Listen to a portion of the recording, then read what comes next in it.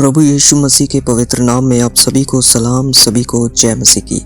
आज की इस वीडियो में हम बात करने जा रहे हैं यीशु मसीह की माता मरियम के बारे में। प्रभु यीशु मसीह की माँ जो इस धरती पर थी, जिनके द्वारा प्रभु यीशु मसीह इस धरती पर आए, क्या हमें यीशु मसीह के नाम में प्रार्थना करना चाहिए या हमें मरियम के द्वारा प्रार्थना करना चाहिए या मरियम से प्रार्थना करना चाहिए? आज हम इसी सवाल पर बात करने वाले हैं। तो आइए आपका ज़्यादा समय ना लेते हुए इस वीडियो को शुरू करते हैं। हमारे इस बेसिक टीचिंग्स में आप बने रहें, जुड़े रहें, ताकि आप वचन की सटीक जानकारी पा सकें। पूरी दुनिया में ऐसे बहुत से विश्वासी लोग हैं जो मरियम से प्रार्थना करते हैं या मरियम के द्वारा प्रार्थना करते हैं, या ऐसे लोग हैं जो ये बोलते हैं कि हम पहले मरियम से प्रार्थना करेंगे क्योंकि परमेश्वर पवित्र है, हम सीधा उसके पास नहीं जा सकते, हम मरियम को प्रार्थना करेंगे और मरियम हमारी प्रार्थना को यीशु मसीह के पास लेकर जाएगी और यीशु मसीह परमेश्वर के पास। पर आगे बढ़ने से पहले मैं आपके सामने कुछ वचन रखना चाहता हूँ। बाइबल इसके बारे में क्या कहती है, हम बाइबल ही से जानेंगे, क्योंकि वचन ही सत्य है। सबसे पहले हम ये जानते हैं कि यीशु मसीह की माँ मरियम जो है, वह उस समय कुंवारी थी जब उनके पास ये संदेश भेजा गया था कि वह एक उद्धारकर्ता को जन्म देंगी, जिनके बारे में लूका की इंजील 1 अध्याय और उसके 38 वचन में इस प्रकार लिखा है कि वह प्रभु की दासी है। लूका 1:30 में इस प्रकार लिखा है कि उनके ऊपर प्रभु का अनुग्रह था। लूका 1 अध्याय उसके 48 वचन में लिखा है वो नम्र स्वभाव की थी। लूका 1 अध्याय और 38 वचन में लिखा है कि वह प्रभु की इच्छा को पूरा करना चाहते थे। अब मरियम जो है वह परमेश्वर की इच्छा को पूरा करना चाहती थी, ये जानते हुए भी कि ये उनके लिए कितना बड़ा फैसला था, क्योंकि उस समय उनकी शादी नहीं हुई थी। और अगर एक कुंवारी लड़की किसी बच्चे को जन्म दे तो समाज उसके बारे में क्या बोलता है, क्या सोचता है। पर मरियम ने सबसे पहले परमेश्वर की इच्छा को आगे रखा। हम मरियम का आदर कर सकते हैं, हम मरियम का सम्मान कर सकते हैं, परंतु हम मरियम से प्रार्थना नहीं कर सकते।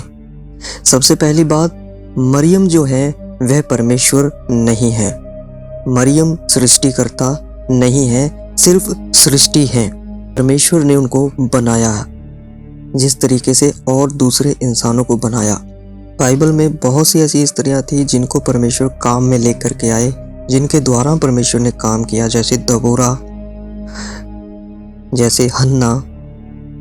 और भी जब आप बाइबल में पढ़ते हैं तो आपको अलग अलग तरह की स्त्रियां मिल जाएंगी, अलग अलग समय में जब परमेश्वर ने उनका इस्तेमाल किया।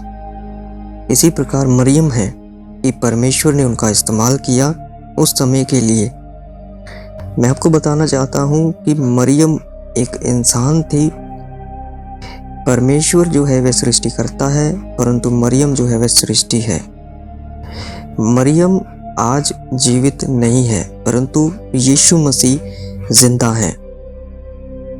यीशु मसीह जो है वह उद्धार करता है, परंतु फिर भी मरियम को जब हम देखते हैं तो उनको उद्धार की ज़रूरत थी, जिसको हम लूका 1 अध्याय उसके 47 वचन में पढ़ते हैं, जहाँ पर लिखा है और मेरी आत्मा मेरे उद्धार करने वाले खुदा से आनंदित हुई। इसका मतलब ये है कि मरियम को भी उद्धार की ज़रूरत थी। तो हमें भी ये समझना पड़ेगा कि उद्धार करने वाला सिर्फ एक ही है और प्रार्थना भी हमें सिर्फ एक ही के सामने करना है और उसी के नाम से करना है। या पिता से जब हम प्रार्थना करें तो हम यीशु मसीह के नाम में ही प्रार्थना करें, यीशु मसीह के नाम में ही पिता के चरणों में जाएं। और प्रभु यीशु मसीह के चेलों ने भी इस बात की गवाही दी थी, जो हम पढ़ते हैं प्रेरितों के काम की किताब 4 अध्याय उसके 12 वचन में, जहाँ पर लिखा है किसी दूसरे के द्वारा उद्धार नहीं, क्योंकि स्वर्ग के नीचे मनुष्यों में और कोई दूसरा नाम नहीं दिया गया जिसके द्वारा हम उद्धार पा सके। आपको ये बात समझना होगा, सिर्फ और सिर्फ यीशु मसीह ही उद्धार करता है और उसी का उत्तम नाम इंसानों के बीच में दिया गया है जिसके द्वारा उद्धार है।